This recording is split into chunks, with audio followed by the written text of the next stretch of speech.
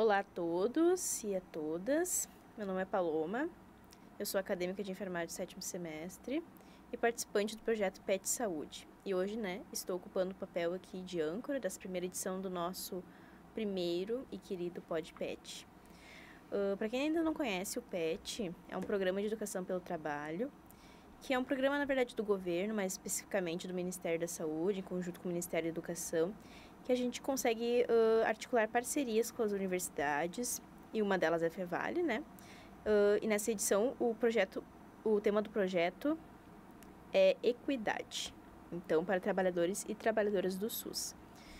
Nesse nosso primeiro episódio, a gente vai abordar questões relacionadas a gênero, e quem vai falar aqui conosco vai ser o Dr. Ricardo Lugon, médico psiquiatra, e a nossa convidada super especial, Isis Bragança. O Dr. Ricardo também é professor aqui da universidade do curso de medicina. Então, a gente gostaria também de pedir inicialmente, para vocês se apresentarem um pouco, falar um pouco sobre vocês. Vamos começar com a nossa convidada, Isis, então? Em primeiro lugar, boa noite. Muito obrigado pelo lugar de fala. É muito importante a gente estar em lugares como a Fevale, meu nome é Isis Bragança, eu tenho 22 anos, sou a atual princesa do Carnaval de Novo Hamburgo, mas a primeira mulher trans a ocupar um cargo na corte oficial do Carnaval do Rio Grande do Sul. Tenho imensos prêmios no Carnaval de Porto Alegre, desfilo há 18 anos em uma escola em Estância Velha, cidade que eu resido, e tem um prêmio também de reconhecimento e visibilidade do estado do Rio Grande do Sul. E como eu já disse, é muito importante e agradeço a todos que lembraram de mim por me trazer aqui. Então, bom dia, boa tarde, boa noite a quem nos ouve. Eu sou o Ricardo Lugon, sou professor aqui na Fevale no curso de medicina, nas cadeiras de psiquiatria, em algumas cadeiras na saúde coletiva, e eu componho há pouco mais de 2 anos o ambulatório TRIS. Tenho o orgulho de trabalhar numa instituição que tem um ambulatório dedicado a acompanhar os processos de transição das pessoas trans, e tem sido um processo de aprendizado para todo mundo. Isso aí, então. A gente gostaria aqui, fazer uma conversa mais aberta, entender um pouquinho em relação a Isis, como é que foi a tua trajetória durante a tua transição, quais foram as dificuldades que tu encontrou, quais foram as facilidades, os serviços de saúde que tu frequentou nesse período. Queria que tu contasse um pouquinho para nós. Bom, eu acho que para começar a contar a minha história, eu tenho que começar a contar, dizer que a principal ajuda está dentro de casa, A família é uma âncora muito importante em toda a trajetória. E meus pais, principalmente, eles acompanharam tudo isso, Minha mãe, principalmente, vinha em todas as consultas, participava das consultas. E ela era uma interação à parte, porque enquanto eu estava na dúvida e muitas vezes a dúvida sanada, ela tinha dúvida e ela perguntava no meu lugar. E é uma coisa muito importante, realmente. Eu fiz parte aqui do CIES da Fevale, que cede então essa consulta, essa ajuda às pessoas, à população trans, e foi muito importante na minha trajetória, pois foi aonde eu vinha de uma cidade que não está preparada para receber e para oferecer o tratamento para as pessoas trans, o acompanhamento também, e aqui eu encontrei. Agora já não faço mais parte, mas enquanto fiz, foi muito importante. E eu vinha de um tratamento que eu havia feito por conta, o que é o errado, Mas que aqui eu aprendi o certo e que sempre devo procurar ajuda onde se tem,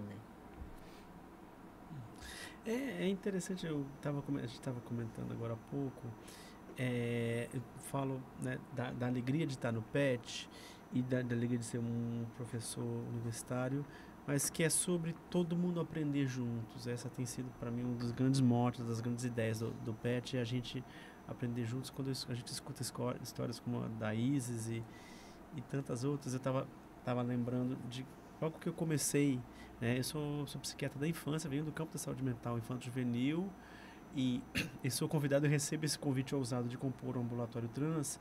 As primeiras semanas eu saía encantado com as pessoas, como é importante, como é bonito a história particular de cada pessoa e a importância que cada profissional de saúde tem de se interessar não pelos diagnósticos, não pelos rótulos e pelas pessoas, né? E eu aprendi muito com isso, né? Desses percursos, quando a gente fala de transição, de que uma transição não se resume a uma hormonização, né? A gente tem pessoas que vão iniciar a transição pelo nome social, tem pessoas que vão iniciar a transição pelo guarda-roupa, tem pessoas que vão iniciar a transição pela hormonização e não existe um jeito correto. O jeito correto é o jeito que o coração da pessoa diz para ela fazer. Cabe a nós profissionais não só reconhecer, acolher, acompanhar, como fazer parte também do enfrentamento às violências de gênero que a gente tem no mundo, né? Seja pela não validação do nome social, seja pelas diferentes formas de violência intrafamiliar, pelas hostilidades e talvez pelas sutilezas silenciosas que reproduzem o silenciamento. Às vezes, uma exigência burocrática pode ser uma forma de violência, e se o tema do PET nessa edição é a equidade, o enfrentamento das iniquidades, esse é um dos grandes temas, os grandes desafios que a gente vai ter. Bom, queria então ver como é que foi essa tua inserção nesses meios que tu circula, né? Eu conhecia a Isis um pouco mais integrada à questão da igreja, no ambiente de abrigo ali na questão da enchente.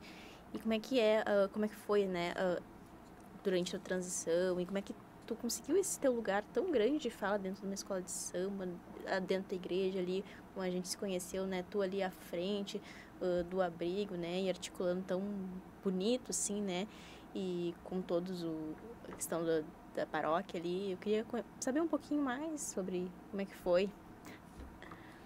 Bom, a minha trajetória com a igreja começou muito jovem, né? Minha família sempre foi muito ligada à igreja, então, à igreja católica. E meus pais participaram de diretoria, conselho fiscal e muitos outros cargos que tem dentro de uma paróquia. E foi uma ligação muito importante para mim estar sempre inserida em alguma parte. Participei do CLJ, fui até coordenador na época. E foi aonde começou um grande afastamento meu da igreja. Porque a igreja não está preparada para receber as pessoas. Ela não sabe receber as pessoas. Ela sabe afastar as pessoas. Quando eu fui discriminada, a igreja ajudou a me discriminar e me colocar para fora. Foi o motivo deles. Então, fazia muito tempo que eu não participava. Eu tenho a dona Janete, uma grande amiga minha, e foi ela que uma das primeiras me procurou. No primeiro dia de abrigo ela disse: eu preciso de ti porque tu sabe o que fazer. Então foi onde eu pensei de novo e disse: eu preciso ir por essa causa maior. E do carnaval, então, não tem o que falar, ele resume a minha vida, digamos assim. E o carnaval hoje, ele me transformou absolutamente. Ele deu vida à pessoa que eu sou. Tentei em CTG com a minha família, onde meus pais também iriam participar da patronagem, mas não chegaram a isso por conta de que eu também não pude participar. Não permitiram a minha participação, sendo que eu sabia a coreografia de todo mundo, ambos meninos e ambos meninas. E não permitiram a minha participação, mas então no carnaval eu encontrei tudo que eu precisava. Aprendi a fazer roupa, aprendi a costurar, o que hoje é minha, né, tem o meu ateliê próprio. E, como eu disse, ele tornou a pessoa que eu sou hoje. Ele moldou a minha pessoa. E o carnaval foi mega importante na minha vida, né? Tantos títulos e tantas coisas por conta do carnaval mesmo. Isso aí, de novo, assim, é sempre, acho que um aprendizado para todo mundo. Não sei se os ouvintes estão reparando pelo sotaque, eu não sou daqui, eu sou do Espírito Santo, mas morei um tempo no Rio de Janeiro. E fico pensando, até lembrando, a gente está gravando no dia 21 de novembro, ontem, dia 20 de novembro, dia, né, da consciência negra, a primeira vez que foi o feriado nacional. o quanto a gente conta a história de Novo Hamburgo muito centrado na questão germânica, apagando a história de um carnaval importante aqui, história de compositores negros, de pessoas importantes que a gente tem, e que abre, quer dizer, o espaço onde a Isis, né, se descobre. Acho que é importantíssimo isso, né, falar do carnaval como produção de roupas, como composição de música, como dança, como espaço cultural, espaço de turismo, etc, etc. Eu acho que quando a gente fala de inclusão, quando a gente fala de tornar o mundo menos hostil aos modos desviantes de existir, fica até meio filosófico isso, a gente está falando de coisas que estão muito impregnadas no nosso entorno. Né? Quer dizer, você não precisa só ir a Porto Alegre para... Né? Novo Hamburgo, Estância, as cidades do entorno tem uma raiz, tem muitas histórias para contar. Eu acho que isso é sobre aprendizado, sobre a gente aprender juntos também. Sim. E assim, pensando, né, agora com o que tu falou, que o professor também falou, essa questão germânica, assim, tradicional, que a gente é inserido, principalmente nós ali em Estância, eu acho que quem é Novo Hamburgo ainda, vamos dizer que tem uma cabeça um pouco mais aberta, né, mas lá ainda, por muitos anos, foi muito fechado nessa questão de tradicionalismo, de trazer o CTG também, um ambiente que a gente diz fechado, assim, né, que tem essa questão, tradicional, e talvez o carnaval, por ser uma questão mais aberta, que já traz essa questão de lutas, de outras histórias, talvez tu conseguiu se articular melhor nesse outro espaço, né, que talvez, vamos dizer que tem as minorias na questão de mulheres, mulheres negras, né, e conseguiu te articular nesse local, assim, né, talvez o ambiente germânico não te deu. Isso é um ambiente muito, muito mente aberta, né? Porque ele inclui, na verdade, o carnaval, digamos que ele é a festa das pessoas, da minoria. Das pessoas negras, das pessoas pobres, das pessoas periféricas, das pessoas dos quilombos, né? Que a gente ainda tem aqui. E é a festa para essas pessoas, né? Eu participei por muitos anos da Protegidos aqui de Novo Hamburgo. E era muito engraçado, mas é uma frase que a presidente usava e que é muito interessante porque ela é real. O carnaval é o dia que a gente desce o morro, porque literalmente a Protegidos está no morro, né? Ela está situada no Morro da Formiga. E então ela desce o morro para a cidade ver o show que ela tem para apresentar. Sim. Porque realmente a cidade, o centro e tal, não frequenta esses lugares. Mas o povo que tá ali, na volta daquele lugar, frequenta aquele lugar. Então, realmente é a festa das pessoas que estão abatidas, que são minoria. E, realmente, o carnaval é muito acolhedor. Ele acolhe a todos. Sim. Bom, trazendo um pouquinho, talvez, agora para o nosso ambiente de saúde, né? Que é o que a gente se integra, né? Eu sou acadêmica de enfermagem, então também sou integrante desse ambiente.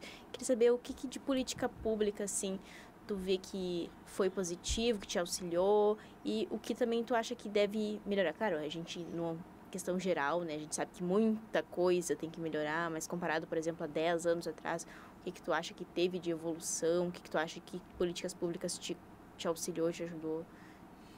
O principal é o SUS, né? O SUS hoje, ele tá bem reformulado, claro, ele precisa se formar e se fortalecer mais o núcleo de auxílio às pessoas trans e acompanhamento, mas ele é muito importante hoje, porque ele mostra a chance de todas as pessoas conseguirem. Hoje a cirurgia da redesignação é algo muito caro, né? Então, pelo SUS as pessoas ainda têm uma chance de conseguirem. E como minoria, talvez, elas podem sentir que nesse espaço elas são absolutamente acolhidas.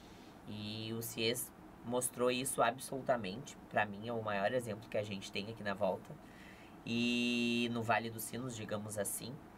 E as pessoas estão preparadas para receber. Às vezes não sabem como se referir. Antes a gente tratava sobre isso e não sabem como se referir, mas eu acho que para poder se referir a qualquer pessoa no começo da transição, tu não vai saber. Porque às vezes a pessoa está com, digamos, duas feições. Então, eu peguei isso pra mim, de uma amiga muito ligada nesses assuntos. E ela sempre chega em qualquer pessoa e diz assim, como tu quer que eu se refira a ti?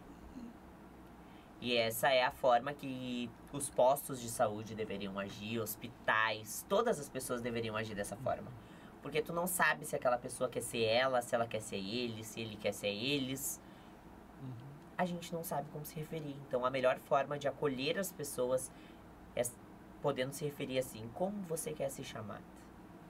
Porque seria a forma de acolher todas as pessoas e mostrar para elas, porque o princípio de muitas brigas, muitas discussões é sempre como se referir às pessoas, né?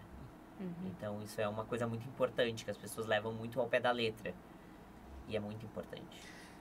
Então, é muito bom também ouvir a Isis e, de novo, estar no PET, da gente primeiro se orgulhar de que a gente tem um sistema único para 200 milhões de habitantes, um sistema único com a ousadia, com o porte que a gente tem no Brasil, né? E ao mesmo tempo, assim, o atraso em coisas que parecem óbvias, mas que os tempos são tão difíceis às vezes que a gente está precisando reafirmar o óbvio. Parece óbvio, né, Isis?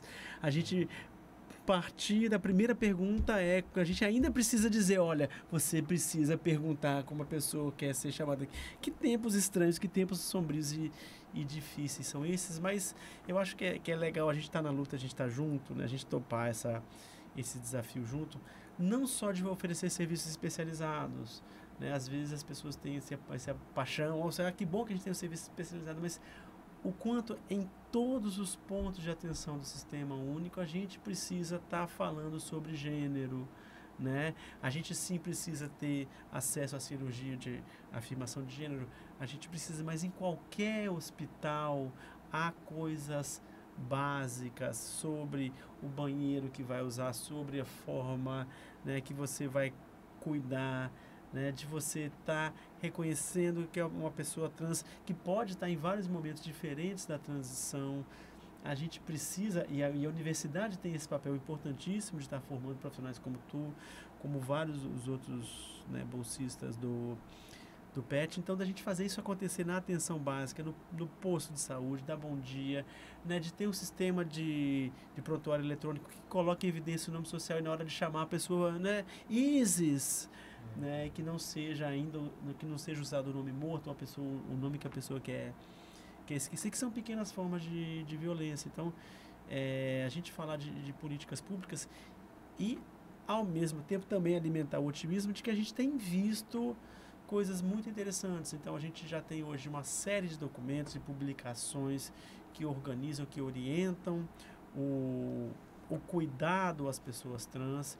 Tem umas novidades interessantes de que, por exemplo, o nome social já pode ser incorporado ao CPF, você não precisa mais ir em cartório, pelo próprio Gov.br, né, de casa você consegue atribuir o nome social, vincular ele a seu CPF. Então, a gente tem visto nos últimos poucos anos, uma série de avanços, né, nas políticas públicas ligadas às pessoas trans. Acho que ainda falta, né, por exemplo, para a hormonização de homens trans, a testosterona ainda não está disponível e é caríssimo, né? Por conta da concorrência com o pessoal da academia, né? Houve especulação, o mercado vai especular, o preço tem subido e isso se torna uma barreira de acesso à transição, né? Então, acho que ainda o desafio como é que a gente vai trazer as formulações de testosterona, as formulações de estrogênio, né, para dentro da Relação Nacional de Medicamentos ou das relações municipais de medicamentos, para tornar a hormonização acessível, né? Como é que a gente vai ter financiamento para ampliar as equipes e também para capacitar as equipes de atenção básica. A gente precisa oferecer boa retaguarda às equipes, né? Dá para falar um monte de coisa também. Sim, não, concordo super. Eu sou da atenção básica, né? A minha vivência, eu tenho 3 anos já trabalhando na atenção básica. O que eu tenho de vivência de hospital é simplesmente o que eu passei agora de estágio na graduação. Mas isso que o prof falou, de a gente pensar sempre no serviço especializado e esquecer um pouco da importância da ponta, porque, por exemplo, muitas vezes a pessoa vai procurar lá na ponta, vai procurar lá na atenção básica, né? Ou é o profissional da atenção básica que vai identificar o sofrimento, que vai identificar, né, essa necessidade e vai encaminhar para o serviço especializado. Porque muitas vezes o profissional da atenção básica, ou ele erra por falta de treinamento, como o professor falou, ou às vezes erra pela questão dos seus preconceitos, que o que ele traz de casa, traz de bagagem, e esquece muitas vezes que ali não é o lugar dele, né, trazer o que ele pensa como pessoa, mas sim como ele deve atuar como profissional e qual a postura profissional que ele deve ter, sem esses preconceitos, né, que ele traz da vida pessoal. Então, acho que isso também é muito importante, né, de frisar, e eu vejo que o município de Novo Hamburgo agora teve um treinamento sobre equidades, e trouxe também isso da questão, né, de em vários ambientes, né, da atenção primária, trazer essa questão, né, de a gente esquecer um pouquinho do que a gente pensa como profissional, como eu, como pessoa, na verdade, eu, Paloma, penso, né, e buscar uma postura profissional e buscar uma postura sem esses preconceitos para conseguir acolher bem, né, principalmente nós da enfermagem que estamos lá na ponta, né, que é o que eu vejo como realidade, né.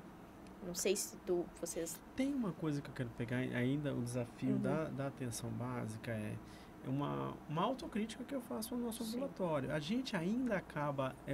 vocês falavam agora há pouco de minorias, né?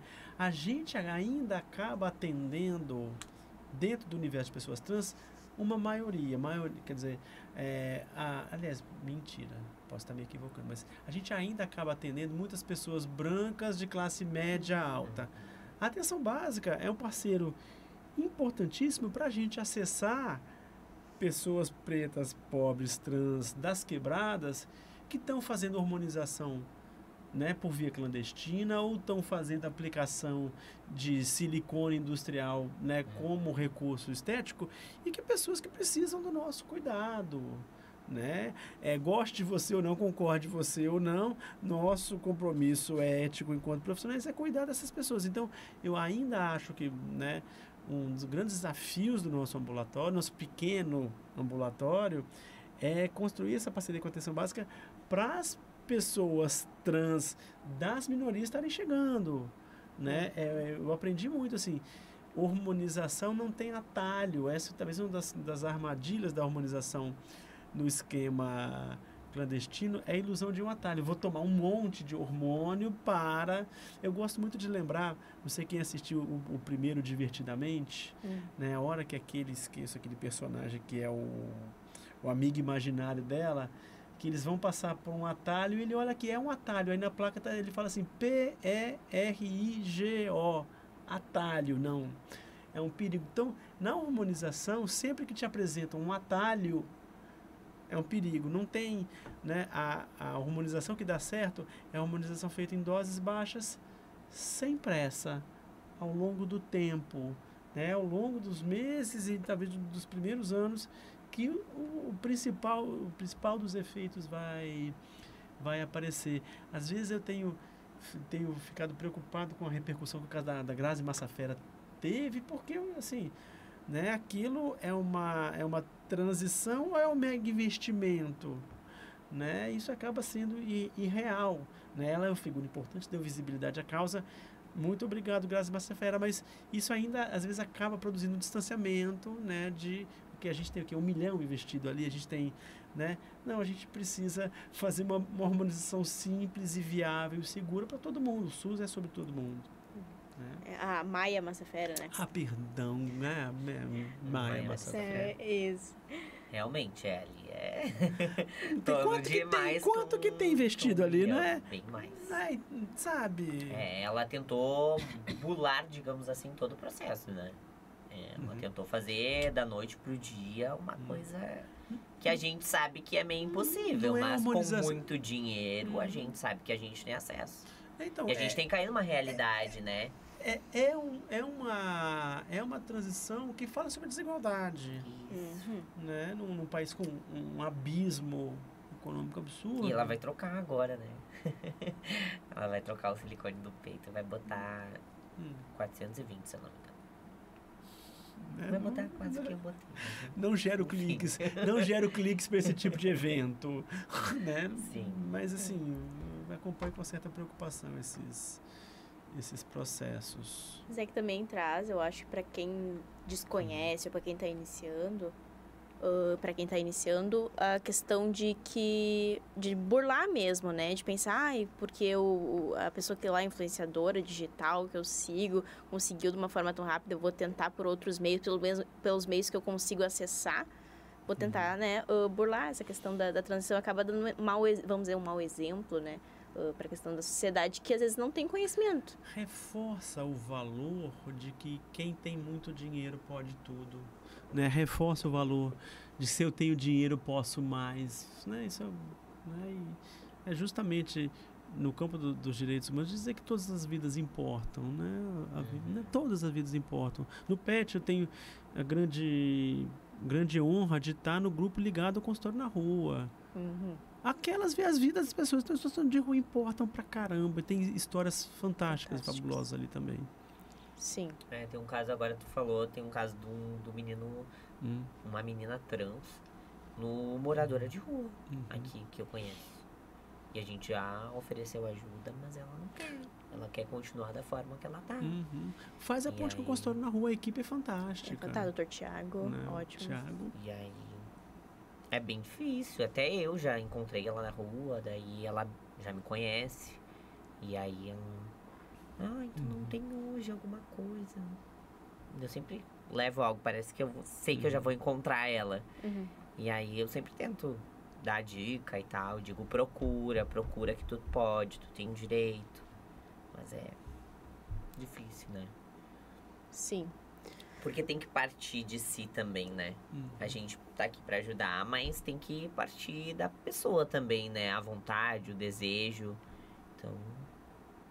Mas eu acho que também, eu trabalho também com o pessoal em situação de rua e eu vejo que muitas vezes eles estão tão retraídos, foram tão maltratados em tantos serviços, e eles próprios, muitas vezes, se vê naquele lugar de, né, ninguém vai me ajudar. Que muitas vezes, quando recebe uma ajuda, até acho estranho, né? Mas eu acho que também essa questão do empoderamento que a gente tenta trabalhar com eles ali também faz parte do projeto de extensão da Rua Paranói. A questão de todo mundo pode, que nem tu falou, né? Tu tem direito também. Agora tu falou nessa questão, é bem delicada, mas meu namorado já ajudou essa menina um dia sozinho.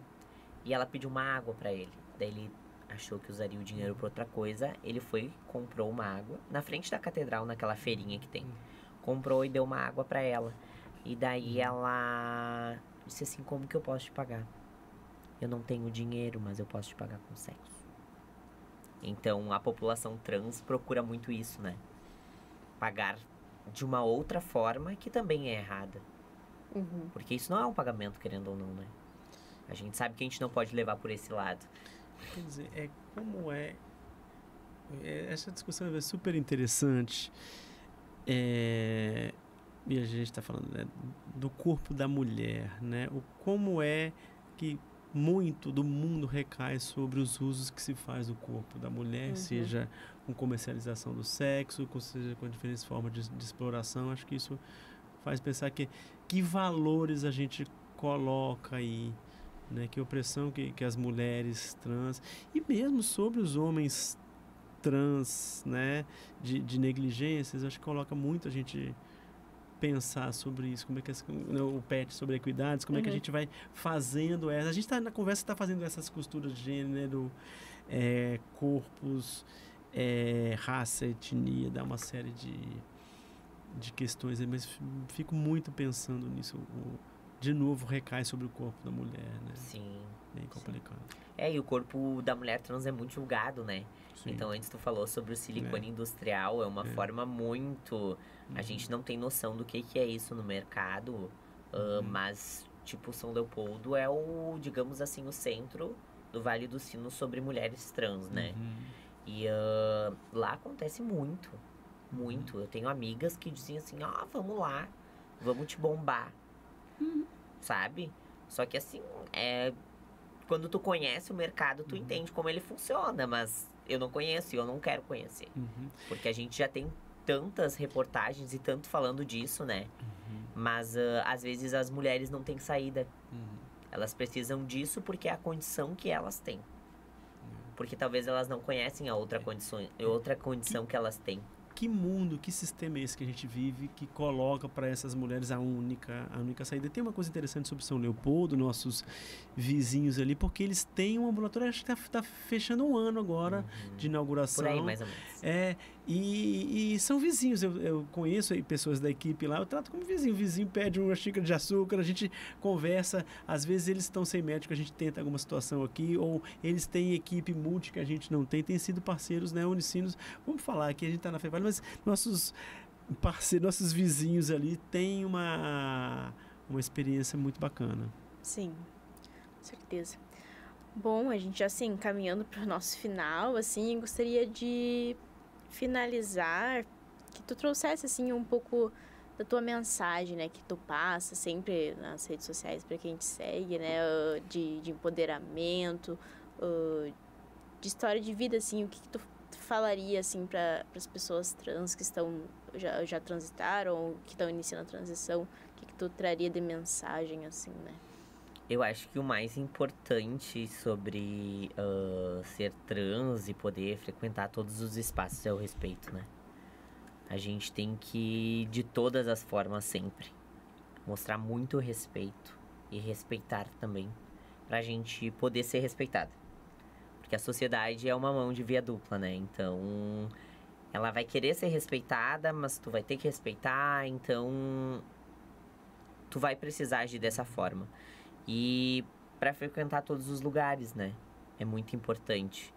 E às vezes não é debate, não é bater de frente, não é peitar ninguém que tu vai conseguir um espaço. Também pensava muito isso, e é bem a mente de adolescente, né? Ah, vou peitar lá que eu vou entrar naquele lugar. E não é assim. É almejando aquele espaço, indo com calma, frequentando ele com calma. Hoje eu conheço vários casos em Estância Velha de pessoas que não podem passar em qualquer lugar. De meninas trans que não podem passar em qualquer lugar. E às vezes é chato eu dizer, mas eu frequento qualquer lugar em Estância Velha. Porque exige isso, né? Exige. E ajuda, todos nós sabemos que a gente consegue. Então, como eu já falei, disse o CIES, o SUS, todos estão muito acessíveis e preparados para receber todas as pessoas. E vão tentar receber as pessoas da melhor forma possível, claro, aonde já tem, digamos, o CIES ou algum ambulatório, vai saber muito melhor receber as pessoas do que talvez no posto de saúde. Mas tudo começa pelo posto de saúde. Uhum. Que é onde a pessoa tem a associação principal dela ligada, né? Sua referência, isso, né? Referência. Então, ela vai começar por lá e aí de lá ela vai seguir para os próximos passos. Legal, acho que assim, você falou uma palavra preciosíssima e respeito é uma palavra. Eu acho que o direito à informação, direito ao cuidado, direito ao prazer, direito a se sentir habitando um corpo, né, onde você se sente pertencendo, direito ao pertencimento, direito a não sofrer violências. Eu acho que respeito atravessa muito disso, né, e o desafio e o orgulho, a honra de ser professor, de estar no PET para aprender junto também, né? Não é essa relação de verticalidade que o professor ensina os alunos a aprender, não, a gente aprende junto, né? A gente aprende contigo aqui, a gente está transformando o mundo em espaços de aprendizado. Acho que é muito sobre isso. Bom, então vamos finalizar. Então foi ótima a nossa conversa, assim, pro nosso primeiro PodPet, né? Podcast aqui do PET que a gente criou e pensa em trazer várias pessoas. E hoje a gente convidou a Isis e estamos muito felizes, né, de poder conversar, de ter convidado também o Dr. Ricardo. E que foi ótimo e que a gente espera que tenha mais oportunidades como essa, né? E que... Valeu, gente. Então, Grande abraço. Muito obrigada. Obrigado. Valeu.